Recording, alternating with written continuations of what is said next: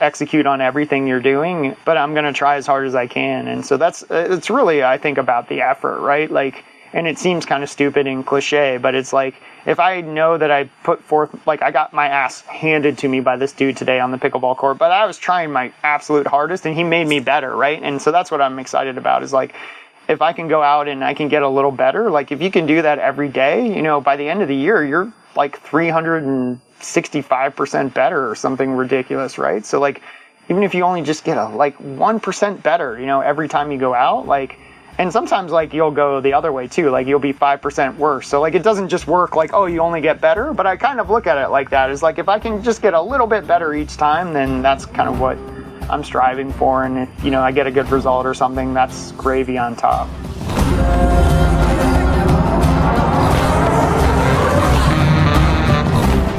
Welcome back to the Yogi Triathlete Podcast. We are Jess and BJ, and this is the place where we share stories of people looking, finding, and living their purpose.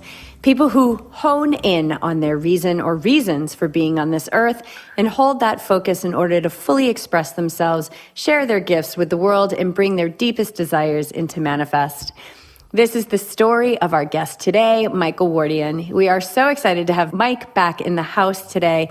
We first sat down with him in 2016 for episode 25, where we talked about relentlessly pursuing passion and pushing the limits of what has been made possible. Mike is an international shipbroker, speaker, coach, business owner, dad to 2 boys and 2 vizslas, Rosie and Bash, and of course, a very well-known ultra runner, which almost feels too blah of a descriptive for this guy. His resume on UltraSignUp dates back to 1998, and anyone who knows of Mike never seems to be surprised at his FKT attempts, robust race schedule, or solo adventures like his Guinness Book World Record attempt for the fastest time of a marathon in a highland dress. But I have to say, his win at last year's quarantine backyard ultra was one of the most epic challenges I've witnessed thanks to social media. It was a virtual race that started with over 2,400 runners from more than 50 countries that ended over 60 hours later with only 2 runners left, Mike and Radek Brunner of the Czech Republic, who missed the start of the 63rd lap, making Mike the winner after 422 kilometers of running. Like I said, the resume is massive, and we're super pumped to dive in, see where Mike is now with life, and what he is relentlessly brewing up for the future. Mike Wardian, welcome back to the show. Oh man, thank you. What an introduction.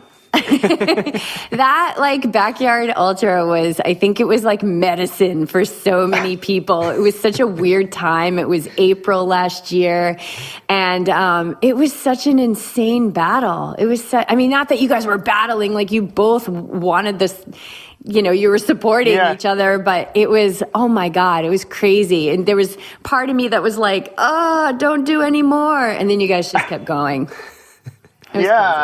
It was weird too, because I had never done one of those before, and so like for me it was all kind of fresh and new, and I don't know if Radek had either, but it was crazy. Like I was hoping just to get a little bit further than I'd ever run in a single go, which was about 300K or like 184 miles, and so this was quite a bit longer, and so every yard or whatever, and it was weird because I was just doing it around my, like a 0.4 mile loop in my neighborhood, which you guys saw. So it was just like around basically like a row of houses. And so like the people would, it started on a Saturday morning, I think, and I was still running like on Tuesday or something. So like, or no, Monday, I guess. And so, so anyhow, people were like, what the heck is going on? And, but it was cool. Like the whole community came out and was a part of it. And, it was early days of COVID, so everybody was, quite cautious, but it kind of brought us together and gave us something to do, because everything, by that point had started to be canceled and was shut down. So it was a great outlet and a really incredible battle. Like you said, like it was, I didn't want to stop, but I know Radek didn't want to stop either. And it was unfortunate you can't keep going once the other person stops. So for like the people in your audience that don't know, you run 4.1677 miles every hour on the hour until everyone quits. And so like that's basically that's all you got to do is just keep showing up at the line until you don't want to show up anymore, or you can't show up, or you miss the start. And so it's a pretty straightforward, easy thing to do until you start doing it, and then you're still doing it a couple days later. Well, I love your attitude. You're like, I didn't want to stop. Like, really? You didn't want to stop? Like there were No, I mean the only deadline I had was I had some offers due for my job, and so like I was trying to barter a deal like, hey, how about we just quit like at noon, or we have multiple like co-winners or at like midnight the night before, but then he didn't, like, they were like, nah, I don't think we want to do that. And so I was like, okay, fine, I'm just going to keep going. And so I think I went home and I fell asleep like working on offers, and I slept for like 45 minutes at my keyboard, just kind of like passed out, and then woke up and did like a full day of work. And then I usually try to run like a mile after doing like a long event like that. So I did a mile later that day, and it was for me, it was a really powerful thing because I wasn't sure, I kind of had a feeling like I would be good at those, but I wasn't sure because I'd never done one, and it gave me a lot of confidence to do even more bigger, badder, like different things, and like kind of like this big project is I want to run across the U.S. And so like that really crystallized like, hey, this is something that maybe you could do pretty well at. Is there a record for fastest across the U.S., or are you just looking to run across the U.S.?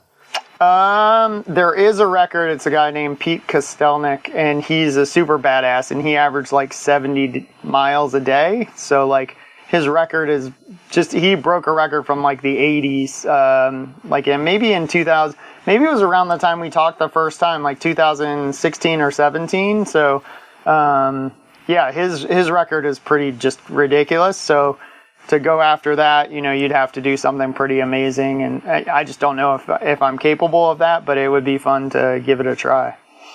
It sounds, and I'm sure there's just logistics in it in terms of what route you take too, because you obviously you want to flatter routes, but maybe more miles, but you could help out in the end. So I love the logistics of that. Does that interest you at all? Like how that would actually? Yeah, I mean, I think a lot of times like. It always changes because like there's like construction and road work, and like sometimes you get like kind of messed up in that aspect of it, and then depends what time of year you can go also.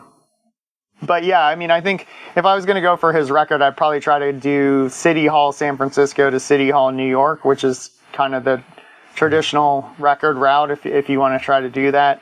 That being said, like I live at the beach part-time now here in Rehoboth Beach in Delaware, and so like I really want to end my run at the beach, like there's a state park here called Cape Henlope, and it's the start of the American Odyssey Trail that runs across the U.S., and so like I'd really like to end the run here. So even if I went for the record, and I say this now having not run a single step on that route, but I think like, it'd be so cool to run down from New York City to the end at the beach. But like, that would probably be another, couple days, if not a week. So. Yeah, but you could like literally run home. If not, yes. You're gonna you'd stopped, and then you're just gonna like drive home. I feel like you'd be like, how lame is that, right? So like, so lame. Yeah. So like, that's definitely. So like, then maybe I do a different route. I think it doesn't matter.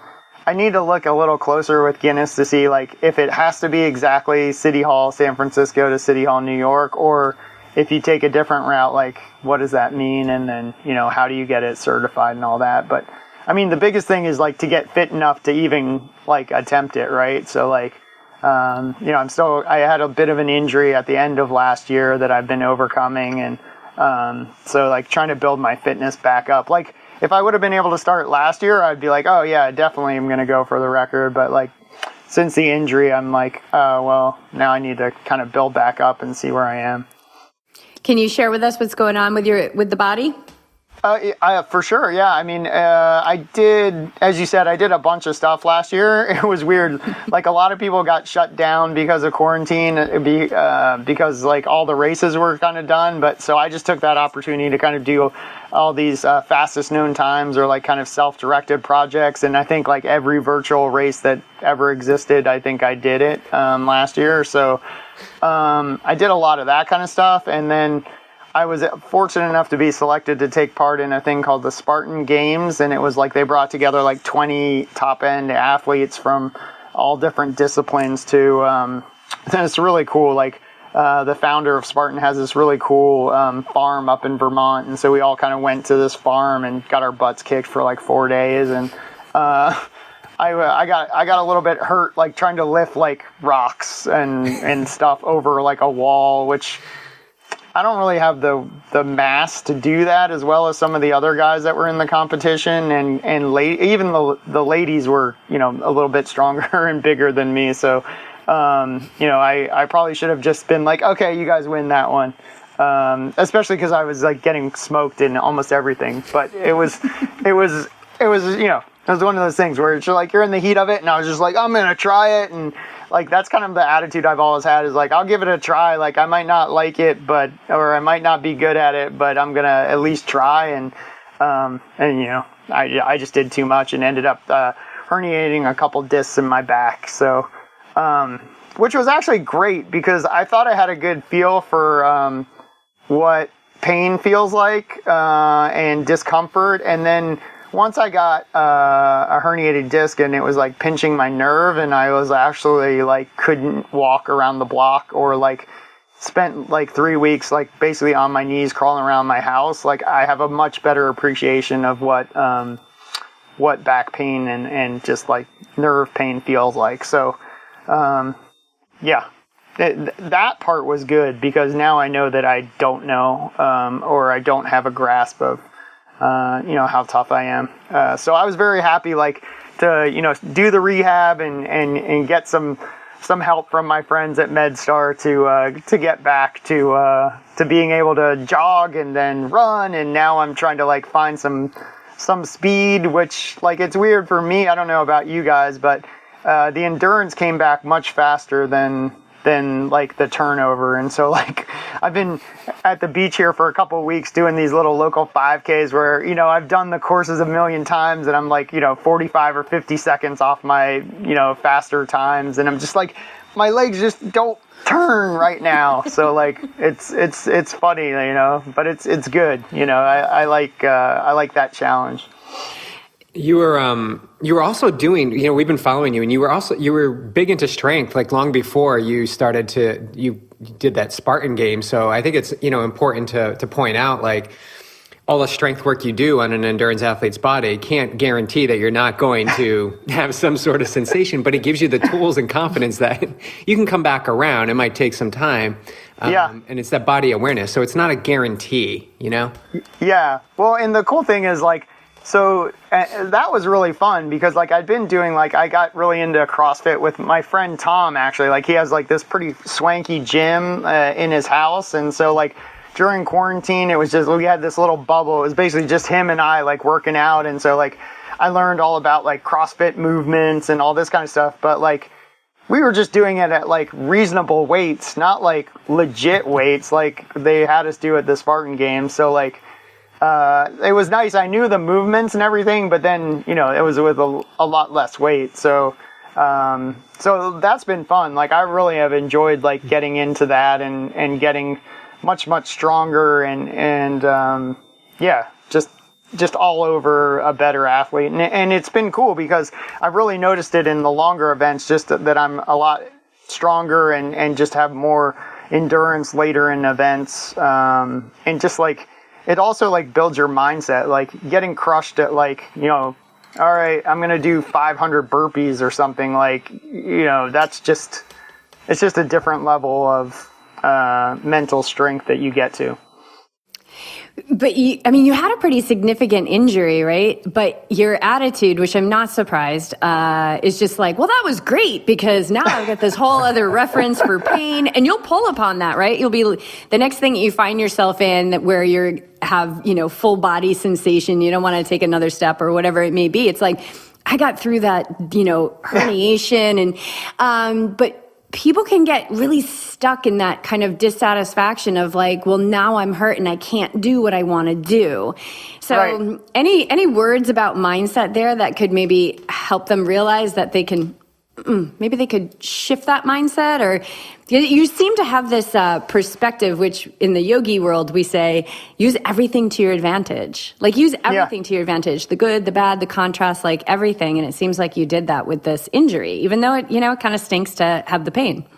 Yeah, for sure. I mean, I think it was cool for me because it was an opportunity to kind of assess like, okay, like obviously I probably shouldn't have picked up like that 100-pound ball and put it over. Like it was funny because I was telling the guy that comes in to fix your back, and he's like, oh, what'd you do? And I was like, oh, I was in this Spartan thing, and I was doing all this stuff, and like he's like, okay, yeah, cool, okay, yeah, uh-huh. And so like what was the motion? He's like, well, I was like picking up this 100-pound ball, and he's like looking at me. He's like, what? How did you even pick that up? And then he's like, and then I'm like, and then I'm twisting and putting it over this 4-foot wall like 10 times. And he's like, you basically did like the worst possible thing that you could possibly do to your back. And you were doing it for time, and it was like the 5th thing that you've done. So like you were fatigued and just like not like holding form or anything. I was like, oh no, I was like all over the place. Like I could barely pick it up. He's like, yeah, that's pretty much terrible. But like the good part about that was like, I basically did the worst thing you could do. And like, yeah, it sucked for a couple of weeks or months, but I use it as an opportunity to like, okay, I'm going to get really strong. I'm going to be really careful about what I pick up from now on. Like, I'm just not going to, put myself in that position if I can. And then I'm just going to come back slowly and make sure that I stay healthy. And I think like, that's a big thing. Like being consistent and being able to go out. Like there were points where I was like, I just want to be able to go for an 8-mile run. So like I jumped in like 100-miler in March, like kind of last minute, because I didn't know that like races had started. Like everyone's like, wait, there's a 100-miler this weekend. I was like, wait, hold on, what? Like, are we allowed to do that? And so like, it was in person. I was like, what? Okay. And so like Wednesday, I like emailed the race director. I'm like, hey, is there any chance like there might be, someone that dropped out, I can get a spot? And they're like, sure. And so like the race starts and like the guy goes off at like course record pace, and they're like, oh, you're going to go catch him. I was like, man, I'm just happy to be here. And like, I just thought that the whole time, so I just use it as a chance to just be like, hey, I just want to, get my feet back under me and, see where I am. And so like, cause I was like, I've been, I took like a couple of weeks of not doing anything, but then very gradually I started like walking around the block and, and then jogging around the block, and then, 2 miles turned into 4 miles, turned into 8 miles, turned into, 20 miles. And then eventually, I was ready to see where I am. And so that's kind of like, I think a lot of, the mindset or the thing is like, I'm just going to gradually like keep increasing it until I get to the point where I have something that, doesn't go the way I want. And then I'm going to, readdress and then kind of move forward from there and keep, if you can keep growing it like incrementally, I think, and stay consistent, then that way you can continue to move forward. And, I think I'm going to be stronger and better than I was before the injury and be a little bit smarter about things. How did that 100-mile work out for you? It was fine. I didn't win. I never caught the guy. They kept being like, oh, you're 30 minutes down and you're like an hour down. And I'm like, I don't care. I just want to finish. So I think I finished in like 17 or 18 hours, and I was like fifth, I think, which was, fine. I was happy, like, to just get a buckle and to get to the finish line. And of course, like my brother, like paced me the last like 4 or 5 miles, and it was like sleety kind of like nasty rain, and I've been running for 94 miles, and all he's doing is complaining about how cold he is. Like that's just like, I love him for that. Like, it was just so funny. Cause like I had, it's been really cool to like get to like hang out with like, I don't know about you guys, but like, there's a lot of things about COVID that sucked. But like, I think one of the best things was like, I really got a chance to like, explore my community, but also like just a chance to like really connect with my family and my friends, and at least locally, right? Like, I have friends all over the world. Like, I mean, it's one of those things like, I don't know. I went to a couple races in the last couple weeks, and it's just like a celebration of movement and people getting back together and sweaty hugs and all the stuff that makes life good.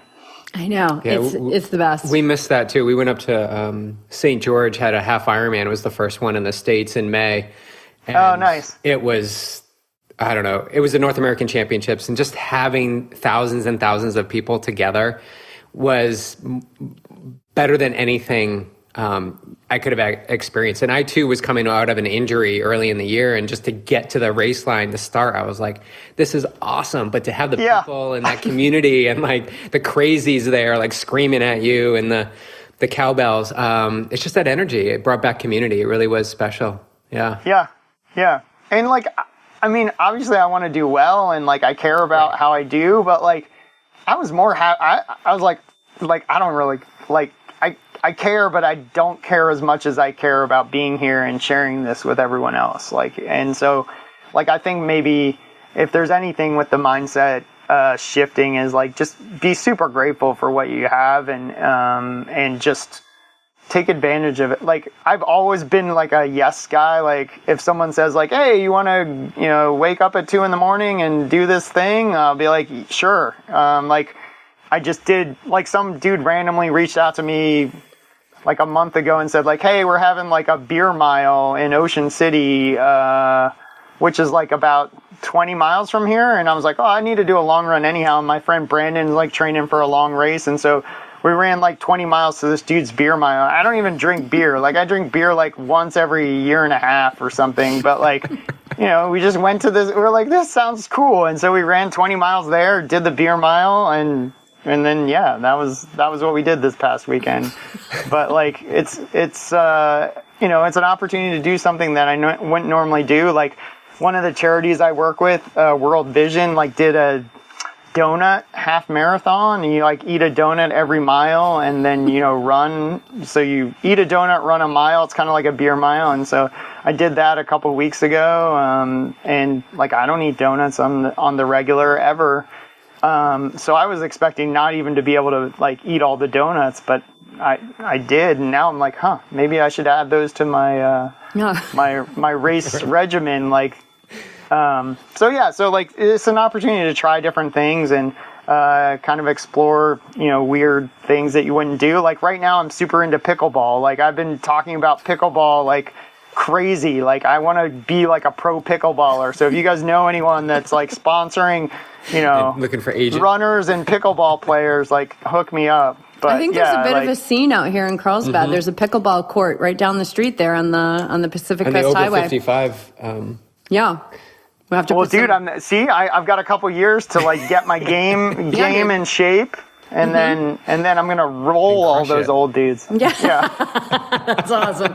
I love that you've got this like beginner's mindset. You're like, the donut thing, the beer mile, like whatever. Like, you're just open, right? Like, you're just open. I think that speaks volumes to your success over the years.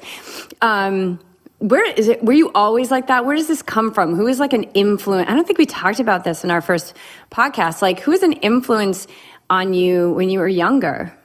To say yes. I mean, I feel like I was pretty driven towards one thing early in life. So like, I kind of decided like I wanted to try to be like the best lacrosse player I could be. And so like, I kind of focused all my attention and energy into that from like 4th grade until college. And then I think maybe at that point I realized like, wow, like, maybe I could have been good at a lot of different things. And so when I got into running, I was like, I know how to do one thing really well.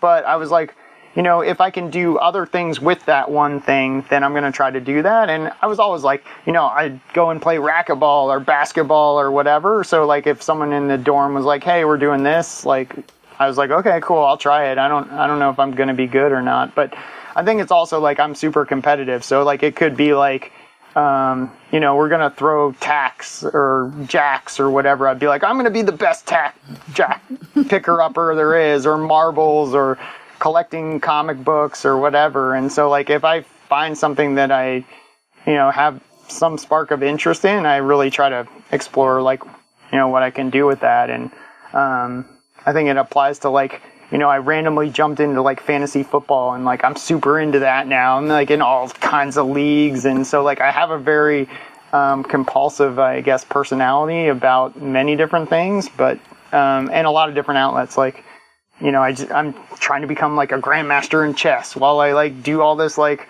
running stuff and pickleball and running a business and all that kind of stuff. Yeah, so, I saw that. You're like loving chess. When did you start getting into chess?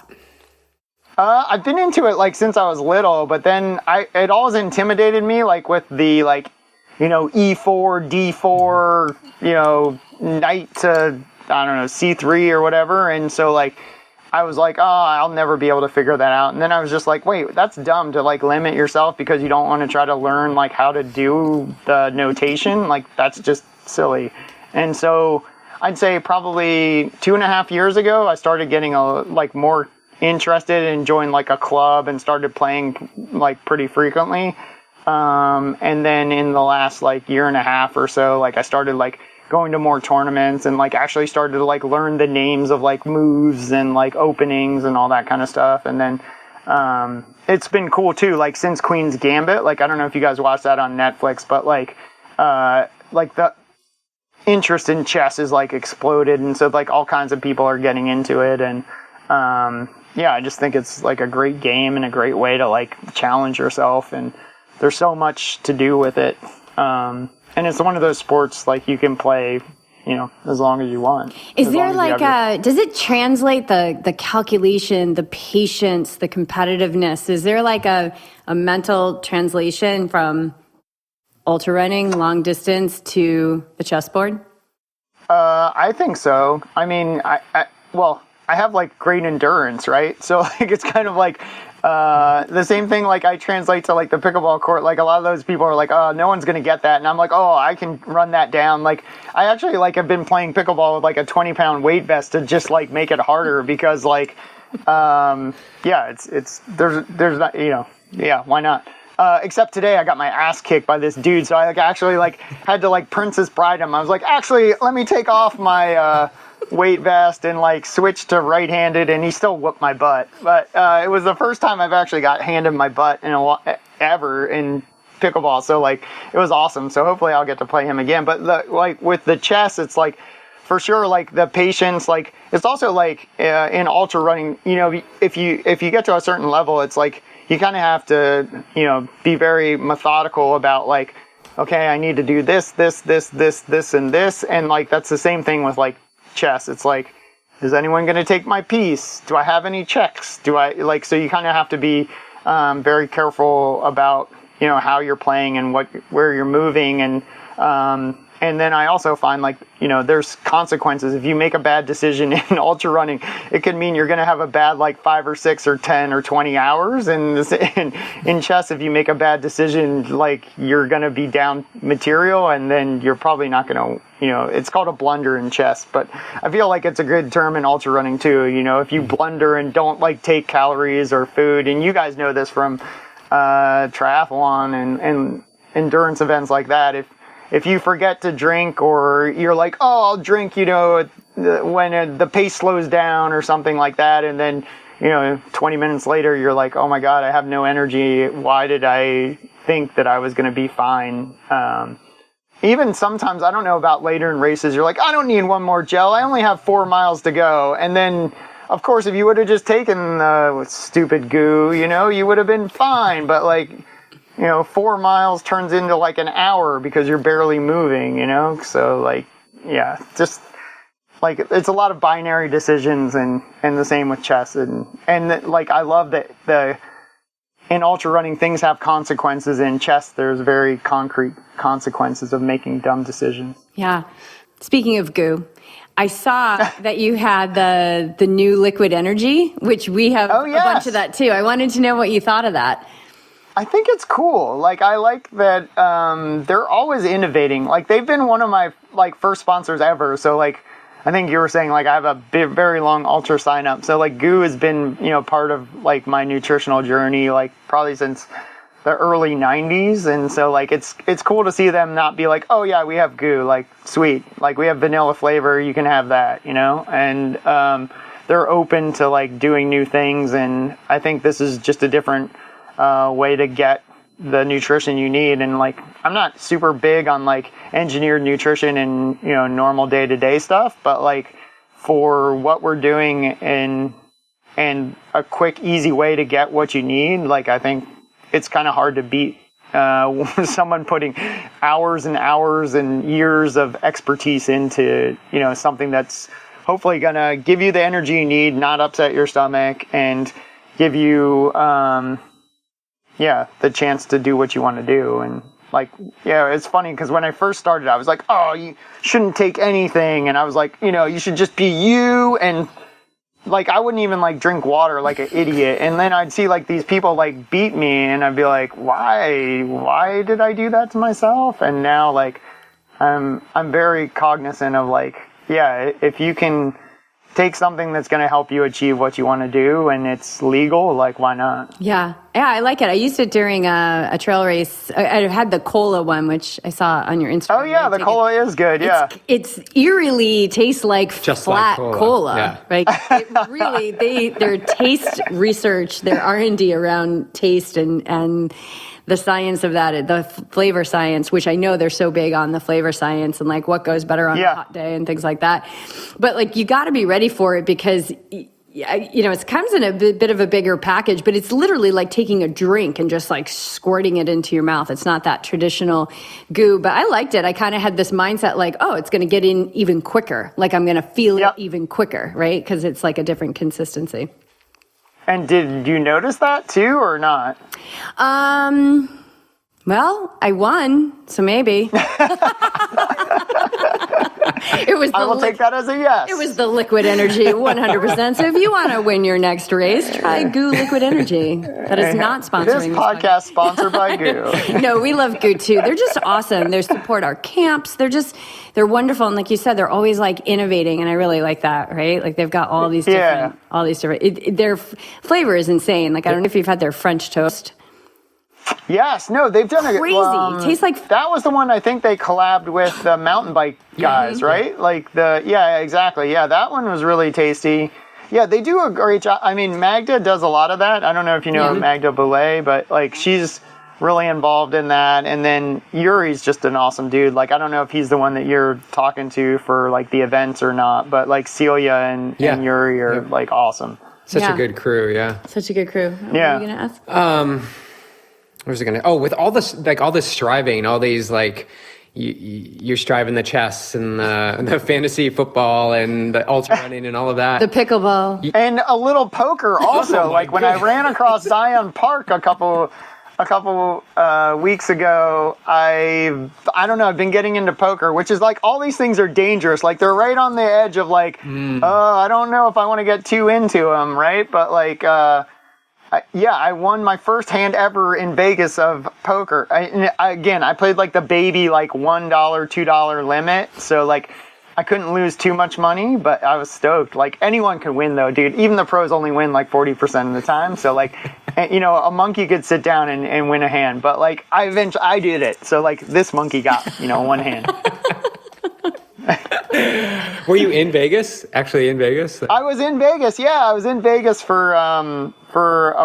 we did a run across Zion Park. So like you were saying, like, what did you use for your mindset? Like when I was hurt, I was like, my brother and sister and I have been talking about running across Zion Park for literally like 5 or 6 years. And like, we've always like, I've been too busy with work or like family or whatever, or like my sister wasn't able, like they're runners, but like it's kind of a long run. Like it's like 40 or 50 miles. Like there's some trails that are washed out, and even I don't know if you guys saw, there was like flash flooding there a couple days ago. So like we got lucky that we missed that. But like so they both had like good fitness coming out of quarantine, and then I was hurt, so like it worked out perfectly. Like because like I was still kind of building back up, and like I was like, hey guys, we need to do this, and we're like, and it's just like any dynamics, right? Like, everyone's like, I don't know, and then I was just like, okay, we should go like in May, and we went over Memorial Day weekend, and it was awesome,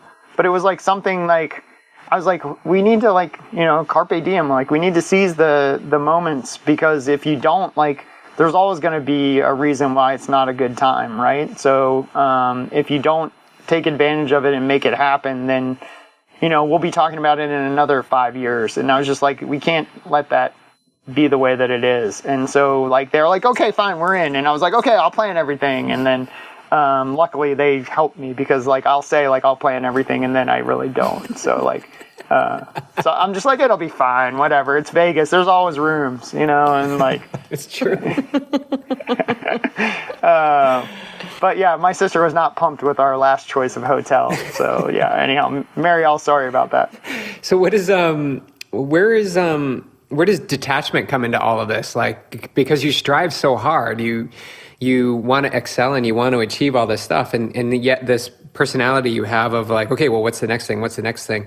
How do you not get caught up in like, or any frustration when expectations are not met? So I guess it's attachment, Yeah, I think actually one of my sponsors, my friend Mike at Hoka, he said like, the great thing about you is like, you never like get too excited if you do really well, and you never get too like sad if you don't do well. You're just kind of like, okay, well, I'm ready for the next thing or whatever. And I think that might be a good skill that I have, is like, I was pumped if I do well in an event and it goes the way I want, but like, if something doesn't go well, I just kind of am like, okay, that happens too, right? Like if you're doing as many different things as I'm trying to accomplish, like, yeah, you can't execute on everything you're doing, but I'm going to try as hard as I can. And so it's really, I think, about the effort, right? Like, and it seems kind of stupid and cliche, but it's like,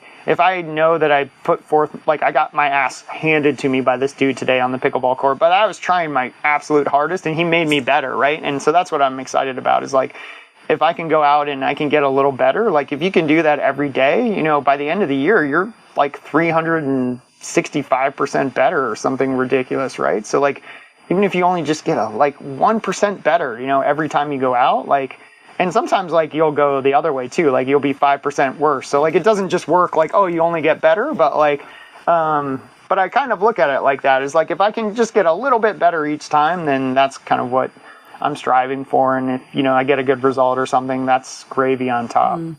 So you're preparing now for getting ready to go to Hard Rock? Are you going to be going to Hard Rock? I am, yeah. Nice. Which is why I'm running around in a 20-pound pickleball vest. Right. What better training for Hard Rock 100?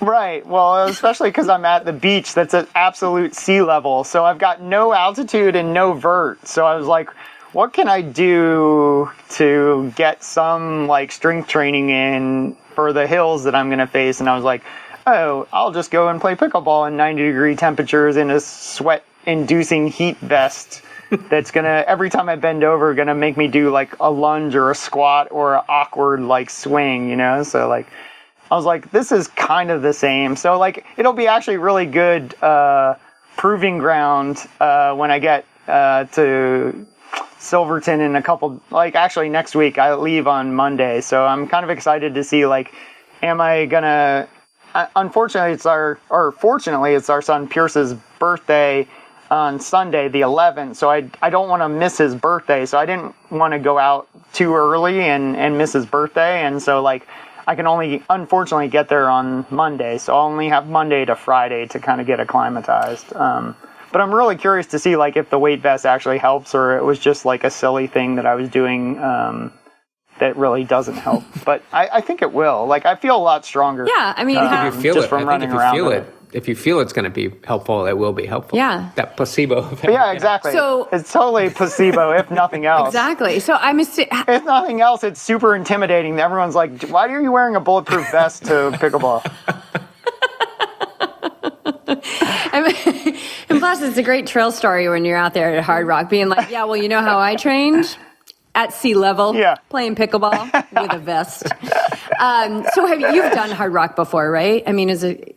Yeah, I've been lucky enough to get to do it twice in each direction. So again, this is like just going to be super like awesome just to be back with the trail community. And I think the thing I'm looking forward most to is when I finish, I usually volunteer at the finish line. So like I'll finish the race and then I'll just like start like making grilled cheeses for people. And so like I hope that I can finish kind of early so I can serve more people at the finish line. So that's kind of, it's weird to say, but I'm kind of looking forward to that the most is like, I really want to see the course and be out there and have fun during the event. But I really want to work that stupid aid station at school. What are, because Hard Rock's like got a reputation as one of the toughest. So what are some of the unique challenges of this course? Yeah, they call it like a graduate level 100 miler. So like, and I think their tagline is like wild and tough. And I think that's pretty true. Like it's burly for sure. I'd say some of the things you got to deal with is, obviously being a flatlander, I'm going to have a lot of issues with altitude. So most of it's above 10,000 feet. So it's always funny to me when the people come from like Denver or somewhere lower and they're complaining about how high it is. And you're just like, dude, come on. Like, really? Like, you're like, here's my brother's phone number. Call him. Yeah, exactly. Yeah. Call him. And so dealing with the altitude is a big thing. They get some nasty late afternoon thunderstorms. So like, dealing with that, it's got a lot of extreme temperature. So like it can get really hot in the valleys and then you can get kind of really cold, on the ridges. So like, that's a factor. You go over 114er, which is, again, not super high if you're out in the mountains, but if you're coming from sea level, like 14,000 feet feels pretty legit. There's not too much wildlife, so you don't really have to deal with that. The one thing is like they have a guy that marks the course and he doesn't like to overmark the course. So there's some parts where, like I've been running downhill for like, 3 or 4 miles just going, I really hope I see a marker because it would really suck to have to run all the way back up that. So like that's something that always stresses me out is like making sure I'm on course. And then, yeah, just kind of like the aspect of like, it's a big mountain race and you're out there exposed. And so like there's lightning that you have to kind of be mindful of. And then just, yeah, route finding. And but the great thing is like everybody there is like so supportive. Like every time you get to an aid station, it's like, it's like next level care and yeah, it's like your mom's or dad's like at every aid station. Like they mother you up and make sure you're okay and then get you out. And they don't let you stay though. They're not like your real mom. They kick your ass out so that you get on the trail. That's awesome. Yeah. And they're like, we'll take care of you in this little you're in your little, like you're on base right now, but we're going to kick you out. You got to get going. Yeah. And then I see you're also, I was looking at UltraSignUp today, like scrolling. Like, dude, I'm like, oh my God, we're into the 90s now. But I saw that it looks like you're planning on doing the Backyard Ultra again. Oh, good research. Yeah. Yes. I haven't really announced that much. I would like to announce. No. Yeah, no. It's not breaking news. No. Breaking news on this podcast. But no, it's so I'm signed up for that. I think it's going to be a challenge because I'm also it's weird. I have a chance to run the snowman race in Bhutan, and so that's I think I'm going to skip that this year just because I'm not sure what's going on with COVID and everything at that part of the world, and so. Instead of that, I'm going to do what I think is going to be really cool. I'm going to run the Chicago Marathon and Boston Marathon back to back. And that's going to be Sunday and Monday of the big Backyard Ultra week. So like, it's going to be a really cool challenge to, do 2 marathons and then have a couple days, drive to Tennessee and, get ready to run for hopefully a couple days and with some really incredible, like, I don't know if you've been following the Backyard Ultra results, but like there's been some just spectacular performances, and a lot of, I think, those athletes are going to be there. So just the chance to like toe the line with, that kind of skill is going to be cool. Like, I'm really excited to just see like how they manage it, because like I didn't sleep at all. Like I'm pretty like don't need a lot of sleep, but like I think some of those people had the, like I sleep 5 minutes and like do like Zen Yoda stuff and then, get back out there. What do you do with that time? Or what's your game plan when you have, because it's on the hour, you run whatever for something miles. Yeah. What do you do with that time? Yeah, well, it depends how fast you do the loop, right? So, like, some people do it, and that's what's cool about it. Some people do it in, like, 35 minutes, and they have 25 minutes to hang out, and other people, finish, with 2 or 3 minutes to go, and you can only take aid while you're at the start-finish area and of each loop, and so usually what I would do is come in, get some food, sit down, and usually I would finish between 46 and 51 minutes, so I'd have, 14 to 9 minutes of downtime before starting again, and I'd just basically try to get it as cool as possible if it was cold. And it's cool because you're like running in all different conditions, right? So like one day it was like 70 or 80 degrees, the other day it was like 45 degrees, and so like you have to like maybe I have to get gloves and a hat, and later in the event I might need to, have some soup because I'm freezing. Actually Mr. Heater sent us a heater, which was nice, because I was so cold I couldn't I don't know if you've ever been in a point like in a race where like you're just like have no ability to control your body temperature anymore, and that's why I don't know if you ever see it, but like we have this awesome like Hoka made this like crazy puffy vest my friend Sonny made, and it's so cool, and like, or not a vest, but it's like a I don't know, it's like a comforter. It's got like a hood, but like I don't know, it was like 50 degrees and like it looked like I'm bundled up for like going up Mount Everest, but like you just have no ability to control like heat or cold anymore, and so like I think that's kind of cool. Like when you get to that point where you're just like, oh man, I need accoutrements to like, just be comfortable. But yeah, sometimes you just do whatever you need to do, lube up again, go to the bathroom, and then it's so quick. Like it seems like 14 minutes seems like a long time, but it's really not that long. Even I don't know if you guys have tried this, but even I've done a couple different ways this concept. And David Goggins does one where he does 4 miles every 4 hours. And that one's kind of interesting because you have more time.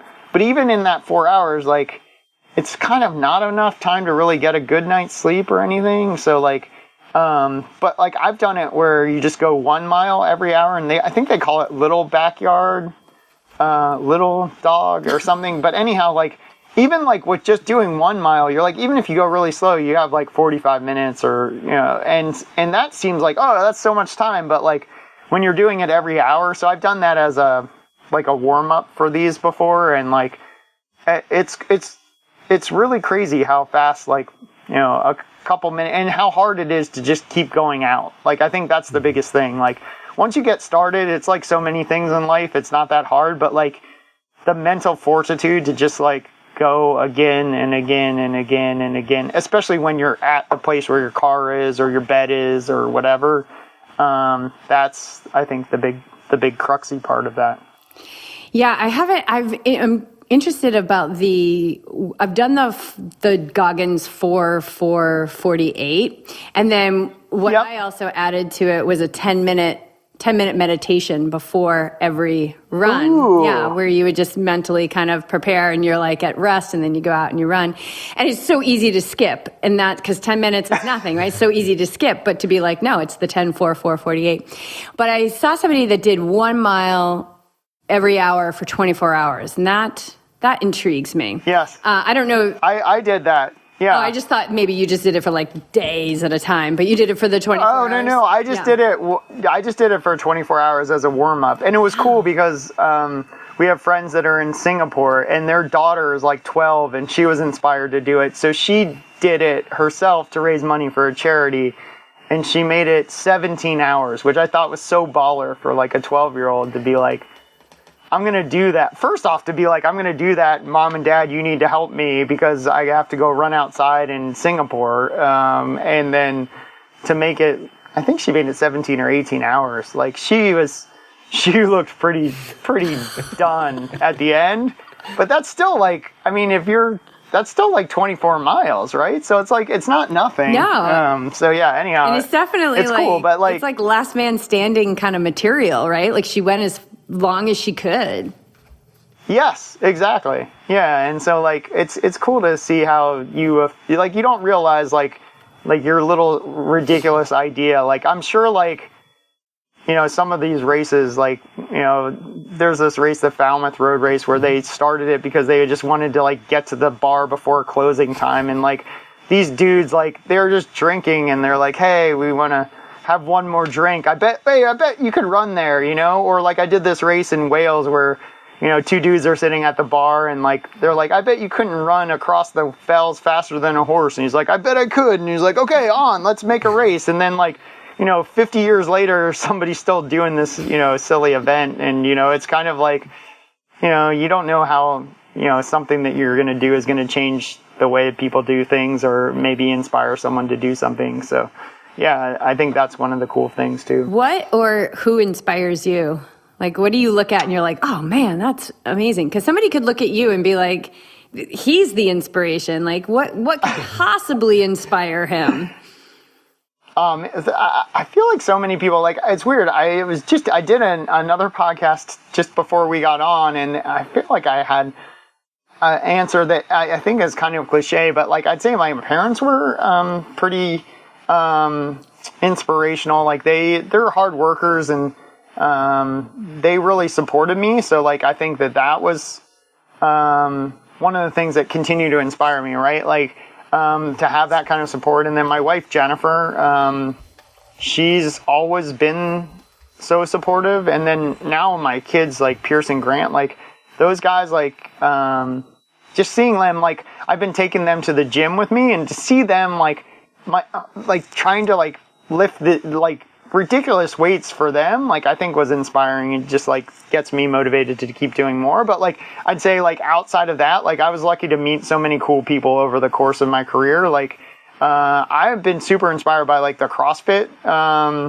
people that I met. Like I think what those guys are doing is just incredible. Like there's a guy, Ryan Hall. I don't know if you guys know him. He's like American marathoner. He's got the American record, but like he's transitioned to like lifting weights now. And I think that's been pretty cool to see like how you can just transform completely your physique. And over the course of like it's been, more years than you think, but like it's, 4 or 5 years, like to go from like 120 to like 185 and lifting like 500 pounds. Like, that's been really cool. And then, yeah, I don't know. Like, I feel like every day there's people that you see that you're like, wow, like what they're doing is cool. There's this guy, Chaz Davis, that I've run with, that's, blind, that runs like 2:30 marathons. And I've paced him a couple times, and like just to see him, not let his dreams go because of, he was later in life that he lost his sight. That's been cool. A guy, Brian Reynolds, that I know that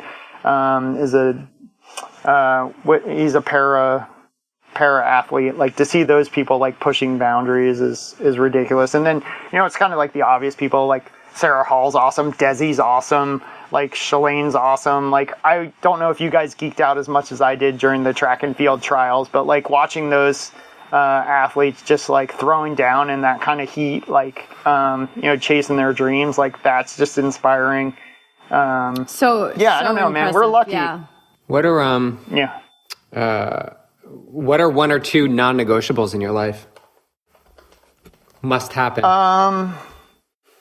That has to happen. Either like what, like within your day, yeah, within your life, like what, like you wake up every day, like you need to run, or like there's something that. Yeah, well, I used to be like for sure I needed to run. Now, like I'm really thankful if I can run. Like I feel like that's like something I don't ever take for granted. But that being said, like, I'm not like, oh, I have to do like 1 mile, like I have to be a streaker, you know, like if, you know, it's not possible and I need to do something else.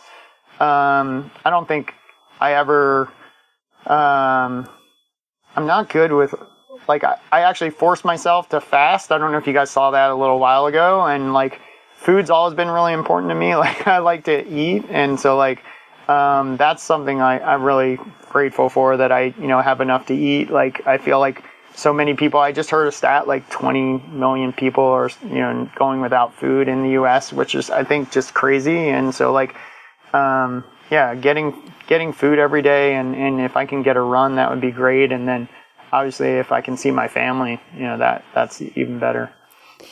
So the last time we left you, you were getting ready to do the 7 continents, and you were, you know, getting the sponsorship, and you were getting on, and you've done that twice, right? I think you've done it twice since then, which is crazy. Yeah. And I know you talked about, you know, running across America, but is there any other big dreams that you feel like, okay, this is going to happen, but it's off in the future? Is there anything like really big that scares you a little bit? Well, yeah, the run across the country. Yeah, for sure. Like, I don't have any of the sponsorship lined up, and it's like, I was just talking to somebody and they're going to do it, and they're like, they've raised like $200,000. I'm like, oh God, I haven't raised a single penny. Like, that's something that really scares me. It seems far-fetched, but I really want to run on the moon. Like, I think that would be awesome. And so like, with like the space flights starting, and like, you know, Bezos going to space this week, I think Richard Branson's going to space this week. I was like, man, somebody, like, I feel like the more I just put it out into the universe, like, someone's going to hear it, and then they're going to be like, oh, we should totally make that happen. And so like, if someone's listening to this and knows the people at NASA or Blue Origin or SpaceX or Virgin Galactic, let them know that I would be happy to run on Mars or the moon or wherever in space, or just, you know, in space. I'm happy. Oh my God, dude, but on the moon would be you're cooler. so the man for that. You're 100% the man for that. You have to do that. I know. I've run in costumes. Like, I can do all that stuff. Suit. Like, yes. Like, I've done the if I can make it through the Highland dress in like 80-degree temperatures, like I can run in a moon suit. Totally. Yeah. I was just we were running the other day, and there was a guy in a stormtrooper outfit walking up the Pacific Coast Highway. I was like, that's weird. I thought Mike was still on the East Coast. There he is. Yeah, I'm putting that out into the universe too. I love that. I want to see you run on the moon, and then we'll smack it down on a podcast after.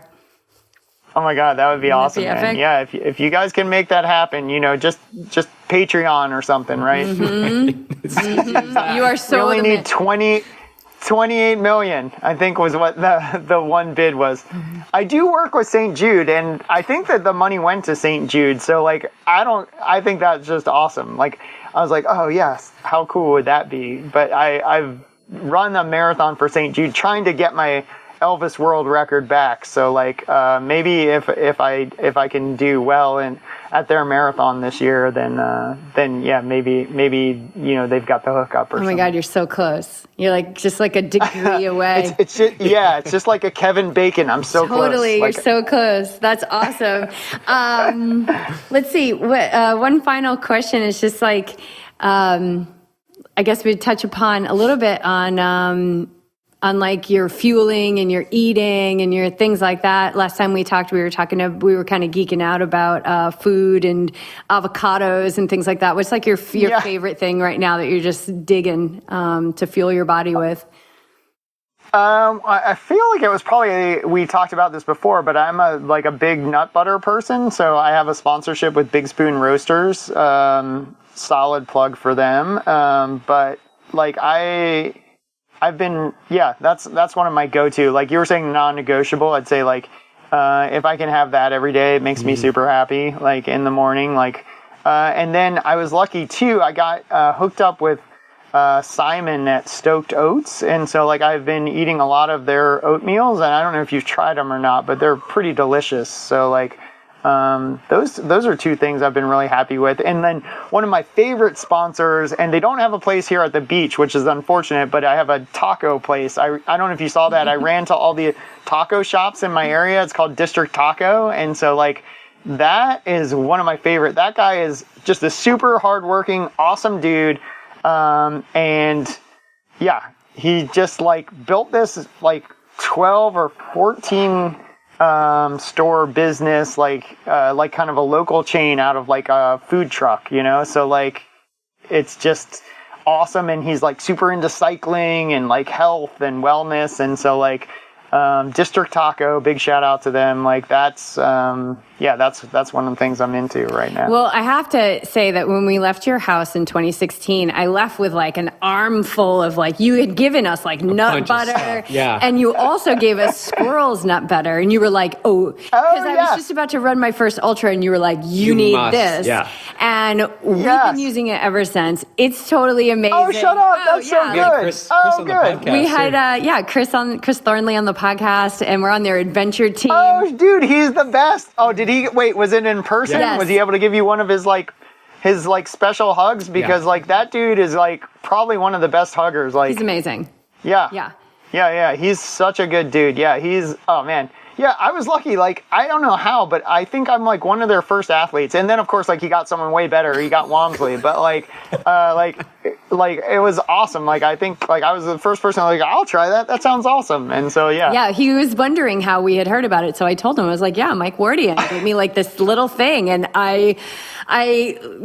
we swear by it. Like I use it now for the wetsuit. It's amazing. It's like the best stuff. I don't chafe at all. Yeah, on your neck. And yeah. You know which one, you probably have already found this out, but their cycling salve is really good too. Like that's the one I like too. Like it's. Oh yeah. I think dude, I totally have it like right here. Yeah.